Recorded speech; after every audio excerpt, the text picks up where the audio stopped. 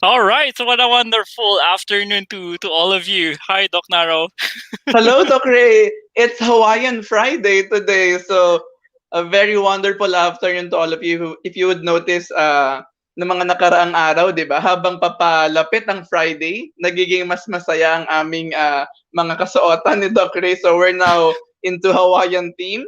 So, a good afternoon to all our participants from day one. So, ngayon pa lang, I am thanking all of you for staying with us until this last day. Doc Ray. Thank you for that, Doc Naro. It's actually nice. I'm seeing you in a floral type of clothing, and also myself. So it's a Hawaiian themed Friday. So thank you for. I just want to thank everyone for being with us from day one to today, up to today, and I also want to maybe take this time or use this time to thank everyone as well who attended, all of our members who attended the recently concluded Ugnayan Benchmarking Learning event. And also, I want to thank DHL Philippines for being our host company earlier today. So that's a great thing. I know a lot of people had learned in that specific learning event. Um, we can do a bit of a shout out, Doc Daro, before we introduce our speaker for today. I can Okay, Doc see a Ray, lot I of would love to do overwhelming that. comments. I would love to do that. Ha Right. ha ha. So from Cherry Lou, sabi niya, it's very nice. Flowery Friday. Happy Friday, Dr. Ray and Dr. Naro. Hi, Cherry Lou. How are you? From Aini. Hi, Miss Aini, our VP for certification. Very nice. Thank you, Aini. From Pompeo, good afternoon. Good afternoon also, Pompeo. Good afternoon, everyone. From Alanet Gutierrez Aranzazu. So si Alanet, from Monday, nakikita ko na to eh. Hi, Alanet. Carl Manning, love the shirts. Yeah. From Joshua Lawrence, good afternoon, PSQ. And from Jolas Lee Salinas, hi, good afternoon po. Good afternoon also. That's amazing. If we can only read all of the comments from our participants for today, but we don't have that, an ample time or much time to acknowledge everyone. But please feel free to comment in our YouTube channel as well as in our Facebook page, and we will Yeah. be acknowledging your comments, definitely your questions later on, right after our interview with our speaker for today. Let me start with our day 5 of the PSQ Quality Leaders Bootcamp, Doc Naro, with this specific quote that I was able to borrow from John Ruskin. He mentioned that quality is never an accident; it is always the result of intelligent effort. So it's always a result of high intention, sincere effort, intelligent direction, and skillful execution. It represents the wise choice of many alternatives, the cumulative experience of many masters of craftsmanship. So it's not really it's not very simple to establishing quality. It's not an accident. It's always a careful, intelligent effort that's always being put in whenever you establish quality in anything. Yes, Dr. A. So I believe if you mix leadership, passion, commitment, and high level of thinking, the product is quality. The end product is quality. So this whole journey, this difficult journey, will not go to waste because time will come. You will reach your goal. You will reach your objective of having a quality organization. Absolutely. And Doc Naro, I know we are now ready to introduce our speaker for today. Let me play a very quick video about PSQ.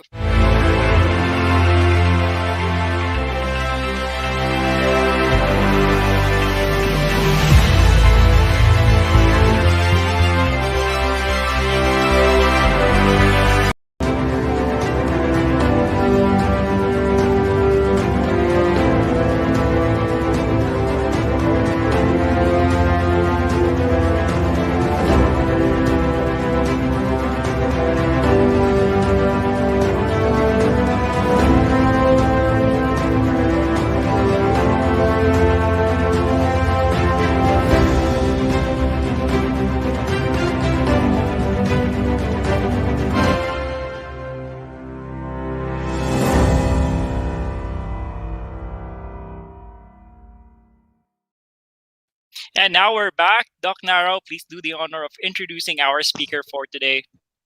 So allow me to locate first the the accolades for our interviewee for today. So uh, for a while. So our speaker for today is the Asia Pacific Regional Quality Manager for Airbnb. So he finished his bachelor's degree in education, I believe, from the University of the Philippines. So he's a very quality. He's an advocate really of quality, and I must say, very handsome speaker this afternoon. Let us welcome from Airbnb, Mr. Geland Compay. Absolutely. But let me include some of the credentials of our speaker for today. Yes, please, Doc Ray. Doc Darrow, because I know that he deserves more introduction. That is right. That is right. Our speaker for today, he has over 15 years of contact center industry experience, and he has been practicing quality and process excellence for a full decade. Have worked and he also launched quality programs in various multinational BPO companies and worked with multitude of logos and clients across different industries. As you mentioned, Doc Naro, yeah, he graduated at the university or from the University of the Philippines. So that's a Bachelor of Science in Secondary Education major in English. So Doc Naro, please take care. And major in English, and he also finished his Six Sigma Black Belt training certification at the Ateneo Business School and a diploma in applied project management also in Ateneo. And he's also COPC certified standards implementations leader. And he has an ongoing certification in business analytics and data science. And that's from the UP National Engineering Center. So please welcome once again, Jalan. Hi, Thank you. Jalan. Thank you. So Thank you for the I very generous introduction, guys. But I don't agree with the handsome part. many were saying, and a friend of mine told me that. So Jiland, now that we are in the middle of the pandemic, so there's another surge. So what keeps you busy these days? Aside from work, of course, Netflix and TikTok. No, no, just kidding. So personal, I'm playing with my fur kids, like my four pet dogs. I'm also being trying hard to be a new plantito. So recently, I'm trying to take care or with succulents and cacti, and also reading my ebooks. Yeah. So recently, I'm maybe just to give you an example, plug a bit. For example, you should look out for like Weapons of Math Destruction by Cathy O'Neill, and also Life 3.0 Max Tech Mark. The last part is really what I like. It's all about what how AI will look like in the maybe the next decade.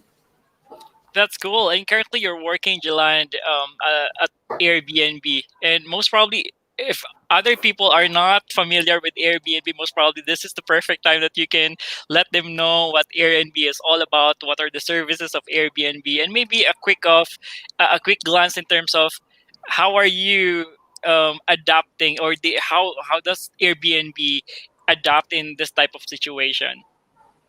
Okay, so Airbnb, if you don't know yet, so we are one of the sharing platform. We're member of the sharing platform industry.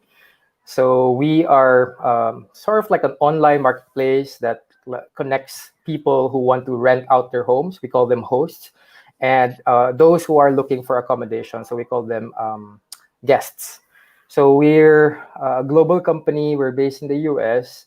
We have like listings in 100, over 100,000 cities all over the globe, and 223 countries worldwide. So, fun fact. Well, we always say this. Fun fact. Airbnb means like air bed, air mattress, bed and breakfast, because our CEOs, our founders, actually started with their own listing by loaning not really their place, but just their sala with their like an airbed. That's it. That's how they started. So that's why it's called Airbnb. That's cool. Yes, and now it's very famous. So I remember using Airbnb. Airbnb saved me when I was in Thailand before the pandemic. So Hmm.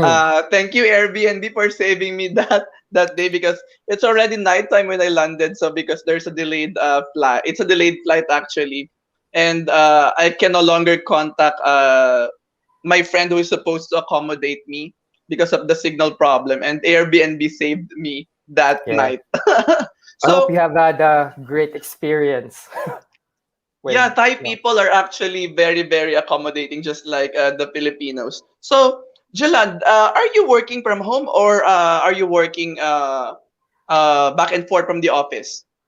Right now, we're working from home, all of us here, at least the Airbnb team here in the Philippines and all over the globe. We're still, checking things out while waiting to see if things will improve. But like some offices that we have in the globe, especially I think in China, are already starting to open up. But for me, I've been working from home, yeah, ever since. Okay, so how do you monitor if you're working from home? How do you monitor the process in the organization right now? Okay, since I'm really handling and coordinating with our vendor BPOs here in the Philippines and some countries within all over Asia Pacific, we of course have a lot of Zoom sessions, right, face to face and all that, right. So sometimes if we can, we try all. Like take advantage of all channels, be it email, chat, right? But for me, as much possible, I prefer like face to face. Right? Sometimes that gives it's near face to face, but I know virtual. But at least I can see the facial expression, the sincerity and all that. So at least that's nearest to the real thing. That's good. That's good. And you're working right now with Airbnb, Jaland, as a senior, as a regional manager in quality, right? And in that specific role, how does that impact the overall attainment of the corporate goal of Airbnb? So if you can imagine, I'm sure if you guys have like used our platform, our app, you will see that technically we don't own the listing, right? What we do is we just provide a platform where our guests, those who are looking for a place to stay, and the host, those who have like a extra bed or an extra room, or even their like rent vacation rooms out and then rent it out, right? So there are inherent risks in that, right? So they're technically strangers, right? If you think about it. So what we do is the only way for that kind of like setup or relationship to work between the guest and the host is really establish the trust, kind of trust between the guest and the host. So our quality program is really centered around building that. So meaning, so if our quality framework is all about, okay, we want to make sure that the host has uh, all the checklist of in terms of cleanliness, like the amenities are all there, what they want, right? And in terms of trust on the guest part, we want to make sure that the guest themselves are, we check them out in terms of they're legit, that they're not of danger to be off to our host community. So pretty much that our I can say that the quality framework that we have for Airbnb somehow keeps things together because that's how because that's keeping trust strong between the guest and the host. Yep. That's amazing. So I think quality right there would be synonymous to trust, because if you trust, for example, your leader who is implementing the quality, so of course you would follow him and you would follow all his advice. So, Jiland, how was it working in a quality role? So, was this your dream originally, or was this a part of your plan when you're growing up, when you're in college? Yeah. Yeah, I really said when I was like 5 years old, saying, when I grow up, I want to be a quality manager. No, no, no. If How you about like, when you were in college, since you studied education, was this that's the originally your thing. plan? That's the thing. Like everybody, like, to give you a brief background, I'm a type of guy who everybody knows who hates math. Like I'm the kind of student who says whenever the teacher says, "Okay, bring up your homework, right? Write in the board your answer." So all of a sudden, like all my pencil will go down, so I will hide, right, just to make sure I skip that. So I hated math. Like when I was in grade school, maybe high school, a bit in college, right? So I was leaning towards really literature and humanities. So when I graduated with UP, I was educated as an educator. So imagine I was teaching Shakespeare to high school students, and then suddenly, right now, like when my old friends will know me, what I do, I say, "What are you doing in that role?" Like that's a very quantitative role, right? So I always tell them, right, I don't know, maybe I've grown into it. What I realized before was maybe the math part.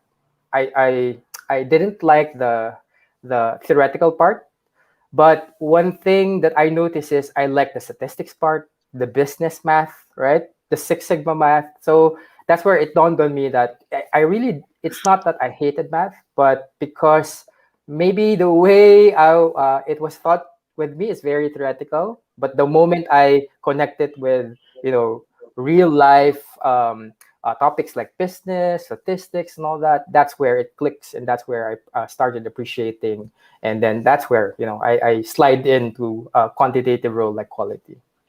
Thanks for sharing that very meaningful journey, Jalan, because I heard you mention that you love the literature, you love the humanities, and I believe that's a very good component actually of a quality practitioner, not just really focusing on technical side of the business, right, and being mechanical, but you also really need to focus on the human side. And I believe in all of the quality implementations in the organization, you can see that it's very important. It's more important than the technical skills. It's really important more on the technical solutions out there. It's really more on the human side, the acceptance of the people on that specific solution. So it's very important. So we might not see it at the onset, as that, right, that how instrumental the humanities, say for instance subjects, right, in our industry, in our field, but it's really important looking at it from um, bigger perspective. And I just wanna, I'm curious as well, Jalan. So when you were saying earlier, I mean, you were sharing earlier about Airbnb. How does the process look like in terms of designing that quality management process in Airbnb? Okay, so I'll talk more about my scope because I'm really handling the quality management part of the customer service department. So we divided in regions. So I'm handling the APAC sites, so all our vendors and our internal sites in the Asia Pacific region. So that's a combination of internal and vendor partners. And so, of course, like a typical BPO, we have a form, right? And we pretty much patterned it after, if you guys are familiar, COPC standards. Mm. So we, maybe to be general about it, pretty much all the behaviors that we have in the form are divided into three, which are like the customer impacting, right? The usual, like, are you courteous? Are you like answering the question of the customer? Are you, doing it very fast and very efficient? Another part are the attributes or the behaviors that are business, all about the business, meaning, are you giving out money? Like, because it's easy to please the customers, right? But sometimes you have to balance that and not break the bank of the company, right? So that's the business part, attributes, following the policies. And the last part is compliance, which for us is very, very important. Like for Airbnb, as you know, our industry is very regulated, right? It's a very regulated. Sometimes we have different cities regulating on Airbnb, uh, different rules every city, right? So we have to make sure that what our customer, I mean, our ambassadors, what we call our agents ambassadors are saying to our users, our customers, are according to the policy of that particular city where they are targeting to stay at. So yeah, so more or less, that's really the framework of how we design our quality framework. And that's good, Indeed. Jilan, especially that you mentioned that you are the organization is certified with COPC. How are you familiar as well, Jilan, with the ISO, right? And how does it differ from the COPC? So most probably for our participants for today who haven't heard COPC yet, Yeah, Yeah. maybe like an I believe. I overview. believe. I don't want to bash I think ISO. I'm not really familiar with ISO, but uh, I think prior to having call center specific ISO, I think COPC was already there. They're I think about to hit their 20th or 25th year. I'm not sure, but so we treat COPC like the ISO for call centers. So yeah. Mhm. Yeah, and I know it's based on the Baldrige National Quality Award of the US, which is pretty much equivalent to the PQA here in the Philippines. Okay, That's right. Doc Naro. Okay, so Chiland, since you mentioned a lot of your undertakings being a quality manager, what is your specific style in implementing quality or in managing your people? Mhm. Okay. So I think some of my former teams are dialed in, so they might attest to this. But I'm very like Comments are welcome from our audience. no. You can Thank confirm. you, sir. No comment. You can confirm. Um, so like a typical quality person, right? Very detail oriented, right? It's not because you don't trust your people, but you just want to make sure you validate understanding, right? You validate understanding. I train my team to make sure that they balance what they say, the insights they provide our stakeholders with data and gut feel, right? Because sometimes, if it's too much leaning on data, then you forget about the human aspect. Sometimes what you say might Mhm. not mean not really relevant to who you're talking to, right? If you're talking to an executive, don't give them too much detail. If you're talking to an agent, don't give them like strategies, right? You have to you adapt that. And then on the part of the gut feel, not because I always say if you say something, if you have if you say something an insight and it's not backed by data, then you're just another guy giving an opinion, right? So you have to make sure that there's a balance when you're providing insight. So and my team knows about that. Like you have to make sure that though whatever you say that's backed up by something documented somewhere. It's about process and all of that. Yeah. That's great. It looks like I can see one of the comments in here. Most probably he was one of your colleagues before. The he maybe he literally know you. Okay, and I've We seen will be flashing the comments later about Jaland specifically. I'm trying to peek at the comments, but I don't want to. I'm getting distracted. I see familiar names. I'm afraid what they'll say. oh, let's hear it from Barbie. She mentioned that one of the most talented quality leaders I've worked with. So I'm glad you chose Jalan to be your speaker. He's a rock star. Wow. So Thank speaking of, you. Thank you. that's great to hear, right? Jalan, we are open. We're open to the world right now because we this is being streamed to our YouTube channel as well to our Facebook page. Thank you so much, Barbie, for that very good shout out to our speaker for today. Speaking of being a rock star, Jilan, what is it? What is that specific, most probably accomplishment or maybe a project that you believe that you are so proud of that you want to share to the globe? I have of course, like a combination of quality and process improvement. Like, so one of your deliverables will always be projects, right? And projects will always have like dollars in it. So maybe I'll share one where we kind of save one client before that is worth thousands of dollars of revenue per month. And it's Mm, really about identifying a process gap between training and how we're implementing it in the site, right? So I have yeah, that's the financial part. But I think I want to highlight, aside from the financial, hard savings impacting the bottom line, is, for me, one of my greatest accomplishments. Some of them are dialed in, but it's really more of the people wins for me, because I've seen like two things, right? One, for my personal gain. For example, I've seen clients that I've worked with, which eventually became my boss. Like they hired me. Maybe, yeah, that's just because, the kind of, for me, that's a win, because that's a testament to the kind of, the quality of work as a quality professional, right? Another for me, which is the biggest, is really, sometimes if you're a leader,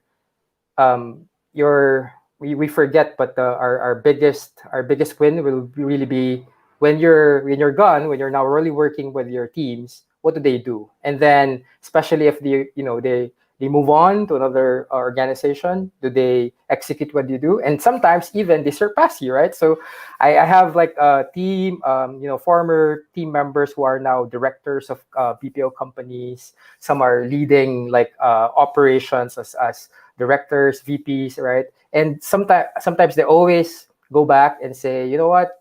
Sometimes I'm happy that I started my career as quality before operations, because somehow that gives you. I always say it's like quality would be your true north, right? It will tell you, okay, what has to be done, what's the right thing to do.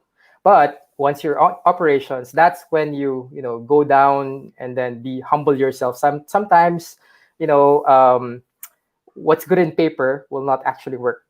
Depends really on what you have in your business, the actual what's out there in the real world. So yeah, those are the for me my biggest wins as a quality leader.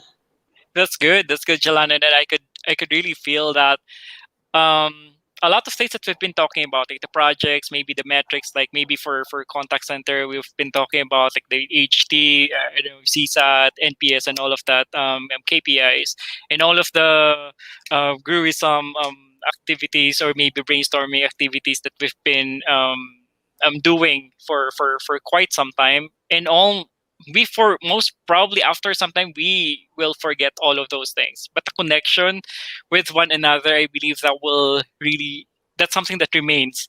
And that's something that that's something that, what you mentioned, it's resonating, that part we're in, that um that relationship is really important. I mean, at the end of the day, it's not just about, all of the projects, not all about the metrics that you are able to achieve. By the way, I just want to do a shout out right here, Jalan, because we are celebrating definitely our speaker for today from Rees Manalo, the data analytics team of our previous call center generated amazingly insightful reports that help my cluster make great business decisions and how it's implemented to our agents. Kudos, Jalan. Wow, it's Yeah. it's great to hear that.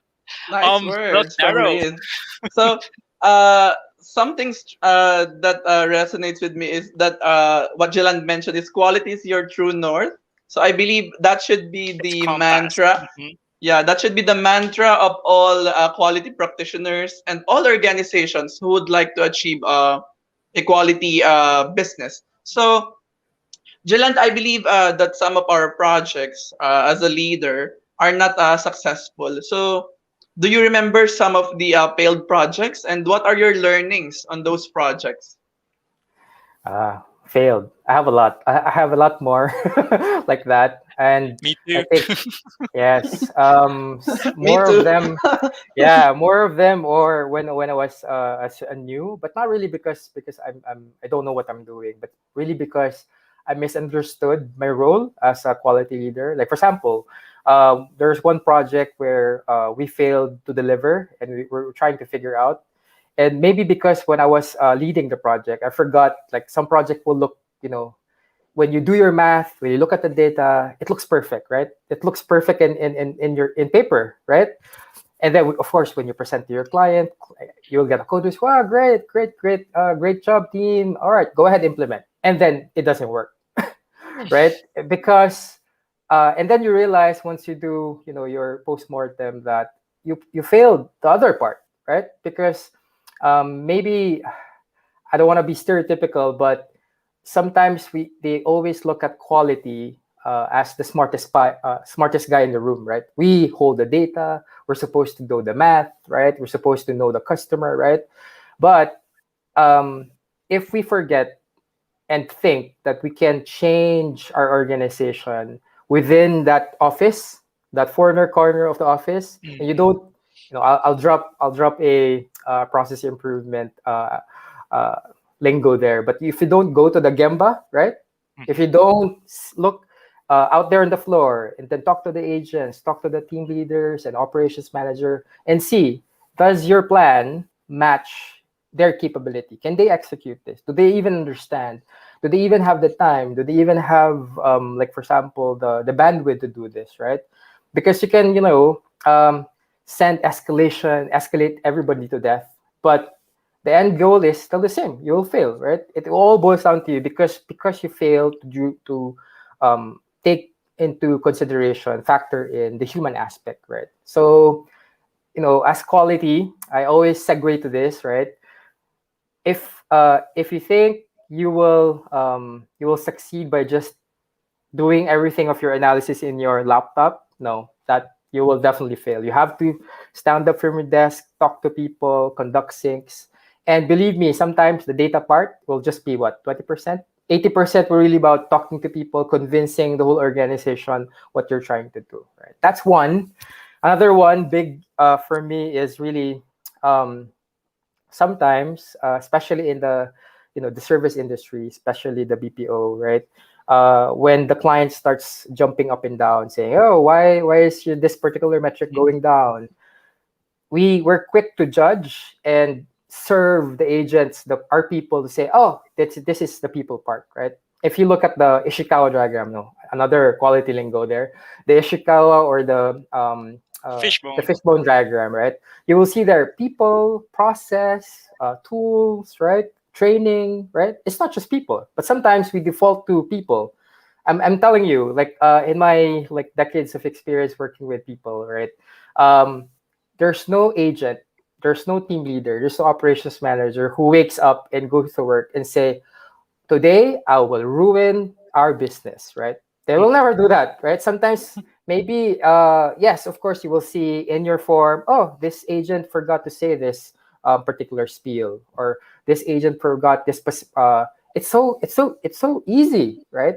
In paper, but if you think about it, like, agents out there is actually also a product of processes, right? Their Exactly. process of their output of training. They're an output of how you hire them, how they set expectation, how your coaching process. So don't, like, be quick in blaming people, because I'm telling you, once you go deep, that ask enough whys, the five whys, right? Five whys, 10 whys, sometimes 20 whys. um you will miss, like, it's not really people, it's not really agents. Sometimes it's really how they're trained, it's really the process. So yeah, that's really one of my learnings. Sometimes I learned them really the hard way when I was starting as a quality professional. Wow, great insights, Geland. Two things that I was able to get would be, the first one is regarding the Gemba. I'm a fan of doing Gemba walks. Gemba would mean that's the area or the place where the process is done, right? And unless you go there, um, that's the time that you will understand the problem, because problems do not really reside in the boardroom or right here in the right here in the meetings, right? You can actually see it, observe it, and how does it look like when you go to the operations floor, when you go to the actual workplace. So that's the Gamba. The second one, and I also love that, Jalan, the second part, wherein you were able to resonate the Deming principle. That's the 94-6 principle. Most of the time when we have problems in the organization, we always blame people, but people is actually the 6% in that 94-6 principle. 6% can be attributed to the people in terms of the cause of the problem, but majority of it's actually the 94%, which revolves around the structure of the organization, which revolves around the processes that we put in place. So I believe it's very apparent when you shared about that we don't easily jump into the conclusion that the problem in the situation is actually the people. It's actually the process that we put in place in the organization that's producing it's producing the errors, or that's producing the defects. So Sure. it's a very good thing to it's very refreshing to look at it that way. So thank you so much for that. It's backed up by by a principle, a timeless Mhm. principle from one of the fathers of quality. So that's Deming principle. But before we go to our next question for you, Jila, we are all excited about the next thing that we're gonna hear from you. We want to encourage everyone to nominate your leaders. Most probably, you can nominate Jilan right here for I the Quality agree. Manager of the Year award. Right, we have a lot of leaders right here in the Philippines, and today, so yours truly will be sharing my journey in terms of winning that award, that Quality Manager of the Year award in 2015. So this is just a very quick commercial for the QMYA. So let's watch this.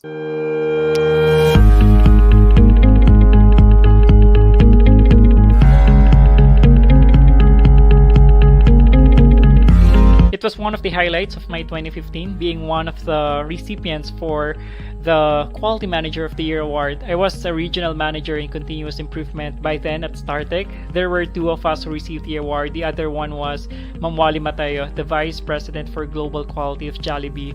I was not part of the board of PSQ yet by that time, and you can't be nominated if you're part of the board. Being a recipient of that prestigious national award is a huge responsibility that we must always uphold excellence and integrity in anything that you do, especially that a lot of people will be looking up to you as a thought leader in the world of quality. Quality is a huge realm. I've done several roles and fields and led local and global teams from process excellence and transformation perspective to global reporting to data science and analytics perspective to application development and innovation perspective to ID management to transactional quality. I get also involved with various initiatives locally and also in the international arena. I've presented to a lot of conferences and talks, sharing knowledge and experience and inspiring more people from around the globe. A lot of great opportunities after being awarded as the Quality Manager of the Year recipient. From the bottom of my heart, I want to thank the PSQ board in 2015 and the screening and awards committees, and to the entire PSQ family and to all of you for believing in me. This time, I encourage you to nominate your leaders to the PSQ's Quality Manager of the Year award. I believe there's just a lot of Filipinos who excel in quality, so please send your entries while the nomination is still open.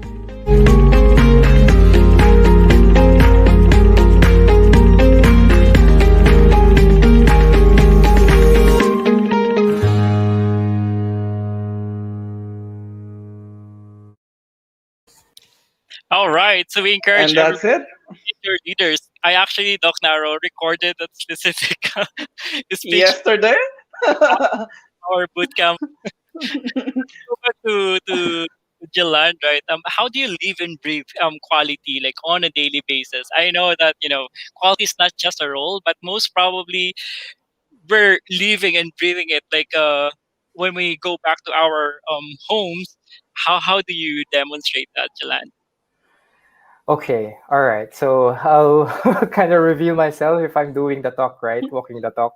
Um, so I'm a very like organized in work, but sometimes I could get lazy in in my personal life. So what I do is I counter that with what I learned with quality. Like if you know about visual management, right? So sometimes there are things like, for example, I need to do exercise. I need to walk the dogs. I need to like water my plants, being a plantito, right? I encode that in like yeah, my family will tell me like my phone will always alarm on that specified day. And I'm not saying I will follow it, right? I'm trying. I'm trying. I'm not perfect, right? But sometimes I press that snooze button. But at least, I build that framework that at least I know, okay, out of the 10 alarms I put for myself for today for that specific task. How many have I like accomplished? So at least just giving me that structure, that what I need to accomplish, bit like a small task, like a habit I'm trying to form. So things like that. Yeah. Wow. So that's very nice to know that at the very least you were still able to apply those being a quality practitioner at home. Trying, So trying. But trying it's to good apply. as well.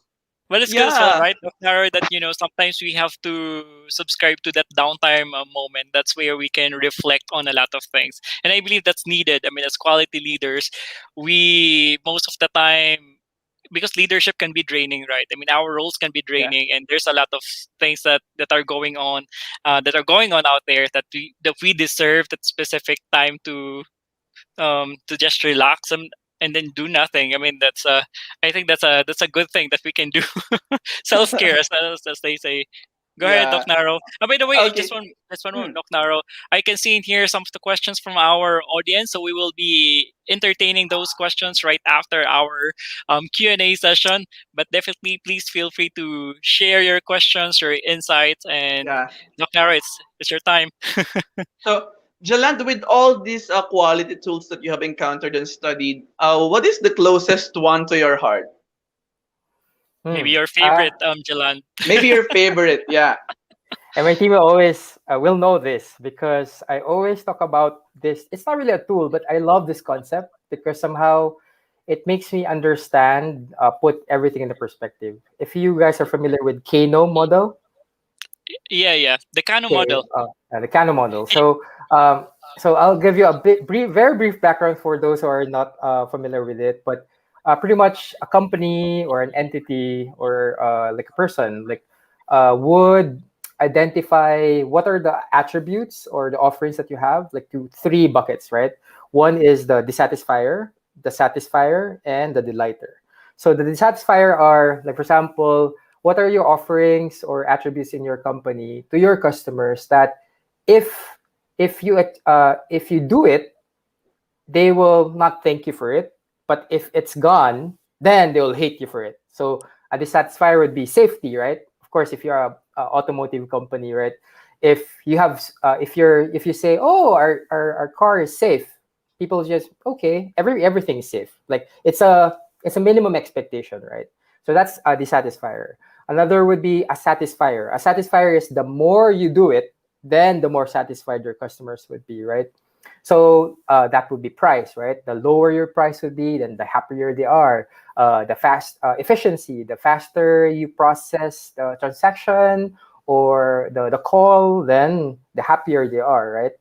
And finally, my favorite, which highlight of my like, long-winded answer, delighter, because it's some an offering or an attribute in that you give to your customers that they don't expect for you to give, but once you provide it, like your satisfaction will shoot up like times, like like a lot. Like a good example, I have a lot of Filipinos here, and this will reveal my age probably. Like maybe a few years ago, like there's one like a restaurant here in the Philippines where they were unknown before, but because of their this offering, it became a delighter.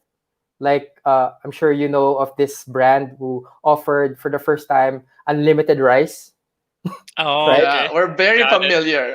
Yes, I'm sure one point in your life you came to that restaurant because of that, and that was at that time it was a delighter, right? Because you know nobody is offering that, and then when they offer that, that like that how somehow attracted a lot of customers because it the satisfaction for their service actually shoot up. But now, if you look at it, almost all of the restaurants, right, will offer like Mm, unlimited rice, right? that's Suddenly, true. 10 years ago, a delighter, your customer, that industry's delighter attribute or offering was a delighter. Now it was just a dissatisfier, right? If you don't That's offer true. it, they will give you'll get a lot of complaints. So I think my point there is really I always look at it like when I talk to when I when I have my phone talking to my service provider, when I go to the bank, okay, what does this company think that they're offering? Are they just offering me the table stakes, right? Are they offering me something that's satisfying? Why am I transacting with them, right? So, and one key aspect there is, especially for quality professionals like us, is never think that your form, your quality framework is set in stone, right? Because your Mm-hmm. quality framework should always be, you should always be listening to what your customer wants, what your customer needs, and they're very dynamic. As my very good example about the extra rice, right? Before it was the lighter, everybody loved it. Now it was just table stakes, right? So your customer is dynamic. So therefore, you need to revise your quality form maybe twice a year, minimum twice a year. Look at it again, listen, and then see. Maybe we should move this to maybe a zero out component. Maybe we should now. This is now just not a lighter. We should increase now the, I don't know, the weight in the form, with the scoring in your form, things like that. So that's really my favorite because of how it applies to like my personal life and also my work. That's good. Thank you. Thank you for that, Geland. Did you know that the inventor of that Kano model, Dr. Noriaki Kano, he was one of our speakers. I'm right here in PSQ. Like Wow. more than a decade ago. He's still alive. I was able to research about him Yeah, yeah. because I've been And researching. I mean, all of the quality practitioners, I mean, from around the and globe we who are are still trying to alive. get him again as a Wow. speaker. Am I right, Doctor? We are trying to get him again as one of our speakers in our Yes. national quality forum. Yeah, I'm trying to reach out definitely because I know that he's one of the big names. I mean, for that we know, right? Especially for the quality practitioners, he's still alive, so that's a good thing that we can still communicate with Dr. Noriaki Kano. I don't know if he's still involved with Tokyo University, but he's still there. And he's actually one of the speakers in one of the international conferences this year in June. I'll be part of that conference, but I'll see if I can definitely get in touch. With him. And most probably the company that you were referring to earlier, Geland, the mother company, is actually a corporate member of PSQ. It's a good thing. It's a Yeah. good thing I didn't like mention the name. Okay, so um, this one, Geland, what is the advice that you can provide to the neophyte or maybe to those students who are looking forward to getting a quality role when they graduate? And what are the attributes that they need to possess? What are those things that they need to consider or to look at this point, as early as in college? Um, well, for those who are still studying in college, right?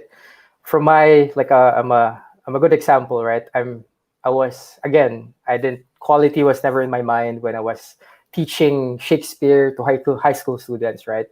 And then you might have this notion, like a stereotype, that quality are, bespectacled engineers, like mathematicians, and very data centric. But that's not true. Like we come from very different backgrounds, and I think that's one of our strengths, right? Because somehow that uh, will eventually make you a holistic quality leader, right? So if somebody tells you that uh, your choice of course will actually be determine your success of quality, no, that's not true. Another would be uh, be I always have this saying, and I tell this team to my team in the call. I always tell about the green hour, like a green hour, a green day, or something. We call it green because of this. If a person, especially a quality leader, we always love to learn, right? But sometimes it gets into our head that when you get your masteral, you get your PhD, you get your fancy certifications, right? And then you just say, "Oh, I already made it," and then you stop learning. Mm, And I'm telling you, the moment, like a fruit, right? Like a fruit, like we call it green, like a green apple, right? The moment you say you're ripe, then you start to rot, right? mm, Because all of us, especially quality leaders, should always strive to continuously learn. Like that's the reason why you join. I'll plug the forums, right, and network. You should try to research on like emerging technologies, right, because you never know that could be implemented by your company, or that will be the the differentiating advantage for your company soon, for versus your competitor. So you need to continuously learning. I always say part of your task is really aside from doing your work is also continuously study, not because you're required by your company. I'm sure there are learning grants out there, but you need to have like a personal motivation to really be curious, to really be thirsty for learning. Yeah, that's really That's for my advice. That's great. Thanks for that, Jalan. It's really an essence of the lifelong learning, and there Learning. are actual benefits as well. You know, if you engage yourself in that fashion or in that lifelong learning, that it can actually add more years to your life, like literally as part Yes. of there are empirical studies. Like say for instance, I also want to echo that, Jalan, you mentioned that it's not the course that you took right in college that will determine your success in quality. Like say for instance, Doc Naro, he's a chemist by profession. Myself, I graduated. I'm an electronics graduate, so it's really different, varied courses that we took way back in college, and then right now we are focusing really on quality. We have a question right here, by the way. We can acknowledge this, Doc Narrow, from Yes. Grace. From Grace Sosito, Sir Geland, if I am a quality analyst in an entry-level quality role, what are the traits and habits that I need to develop to help me reach your level someday? Your level, Your she will be level replacing you. someday. Um, I would she's like just to meant for you, yeah, I would Jalan. like to put emphasis on your level someday, Sir Geland. Okay, all right. I'm not the ceiling. I bet you. They're like, so maybe one advice, aside from, of course, you know, make sure, uh, you get certification, right, related to work, right. But for me, I always, I always have I always find like a majority, not being stereotypical, but usually quality, like a quality practitioner, were stereotyped as somebody who like data, right? I've already said this before. Somebody who likes data, somebody who loves, tinkering around, looking at the computer, running analysis. We're the first who gets excited when there's a tool, right? Where there's a tool, but and then we frown upon like what we call office politics, right? Some you will say, I don't like politics, I hate politics. Let somebody deal with that. And I'm telling you, I'm telling you, like sometimes, um, like even if you're an analyst where your task is to come up with two slides, let's say two slides, an insight, right? If you think your insights, your slide, once you send it out through your email, it will do, wonders by its own, you're wrong, right? Because sometimes you have to really face people or actually talk to like sometimes powerful stakeholders and actually convince them what you're trying to talk about. So, and politics, if you think about it, politics is all about the science of power, right? And especially in any organization, especially business, there's still hierarchy, right? No matter how flat you think your business is, there's still people who actually hold the key to turn an insight, like two slide insights, into an actual thing that will change a process, change like how things are done in your organization. So if you veer away and you're saying to yourself, I'm not really comfortable talking to people, then you need to you need to learn how to do that. Maybe ask your boss right now, hey, can I join one of your meetings just so I can see how the powerful people, the real powerful people, are actually talking, and the executives are talking. Yeah, they will let you, and just tell them, you just want to see how it's done, right? Because don't veer away from politics, because at the end of the day, again, you might have the best idea, But if it remains an idea, it's completely useless. You have to turn it into an actual change, an actual decision that will change something out there in your organization. Amazing. There's always beauty in doing something or in execution. So for the last question, Jalan, this will be coming from our VP for partnership. That's Ma'am Angie, one of the quality gurus that I know. That's closer to PSQ. Hi, Jalan. Great discussion based on your experience and your opinion. What is the most attribute, or what is the most important attribute of a quality manager? So that's what Ma'am Angie mentioned. Maybe aside from the one that you mentioned earlier, that being a lifelong learning, any other attributes or important attributes that we need to possess? Okay, all right. And then I'm sure my team here on the call or out there, maybe who will watch this video will tell. I always say this that, of course, all employees will have scorecards, right? And then some are very measurable, right? But I always tell them there's one aspect in being a quality analyst, quality specialist, a quality professional that will not be in your physical scorecard, but should be always a trait by a quality professional. That's integrity. Because sometimes, I'm telling you, you will find something and people, powerful people, will actually influence you to twist your arm to maybe tweak the message a bit, like tweak the data a bit, right? So again, at the end of the day, That's you true. might be very good in math. You might be very good in your tools. You all of their certification. But the moment like the industry knows that what you're saying, there's a hint of like doubt that what you're saying might not be true. Then that's it. You're gone. Integrity is the table stakes in being a quality professional. All right, that's amazing. It's a really great discussion for today, for the day 5 of the first PSQ Quality Leaders Bootcamp. And thank you so much for being with us. Jalant. We truly I appreciate it. agree.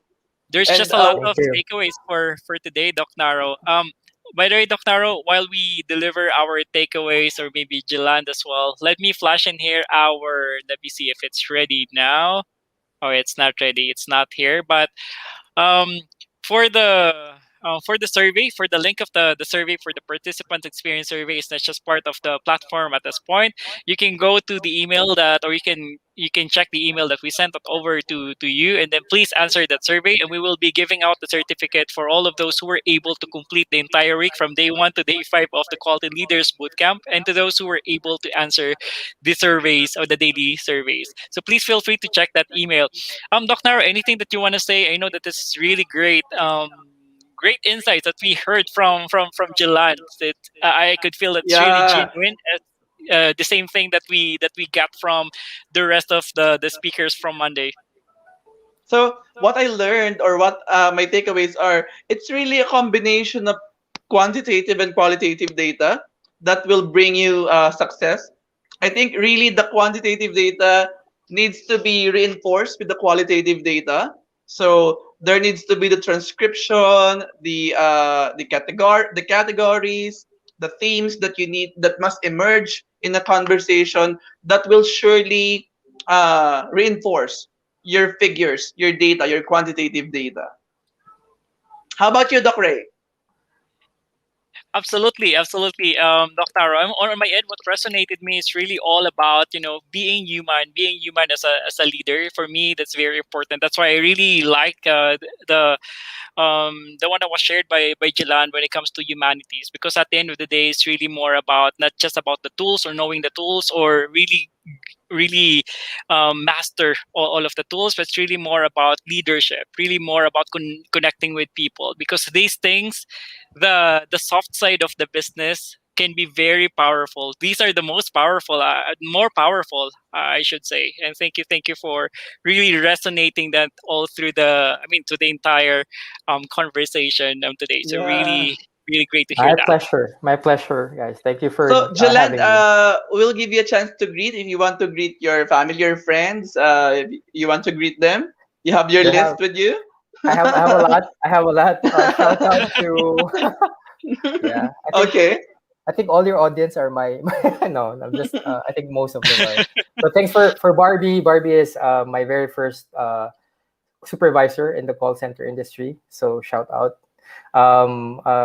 Jay, my colleague for before with um, oh, I'll tell it. Google. Riz is one of our ops manager, ops team leaders that we worked with before. Uh, JQ, yeah, also one of our great friend, and yeah, and also my partner there is there. Nap. Thank you for being there. Amazing. Thank you so much, Thank you so Gilad. much. Really appreciate it. And we want to thank Doc Naro to all of our members, PSQ members, as well as to all of those who are not members of PSQ. Please, be with us. And thank you so much for being with us. I mean, for the entire week of the PSQ week. And happy 52nd year again, PSQ. We look forward to providing you more learning interventions, more activities, such as this one, and maybe more interventions or more initiatives, Doc Naro, that we can take a look at, highlighting our quality leaders, wherein people can really learn from um, our speakers. So Yes, thank you so much, everyone. I must say there will be a lot of surprises coming for you to be given by PSQ. We have monthly free webinars and of course the National Quality Forum, which we are very excited about. So come join us on October 15 this year for the National Quality Forum. Absolutely. There will be more actually, Doc Naro. So we've been talking about the research conference as well, the digital Yes, magazine that we will be releasing within the year, and we need your cooperation. We need your contribution for us to build all of those activities. So I mean, all of those products and all of those activities that we're planning for the year. So thank you so much, and we look forward to working with any one of you right now. Thank you so much, Jalan. Have a Yeah, great and Friday. Have a great weekend to all of you. yeah, have a great flowery Friday, guys. Thank you. thank you. Thank you. Stay safe, everyone. Bye, guys.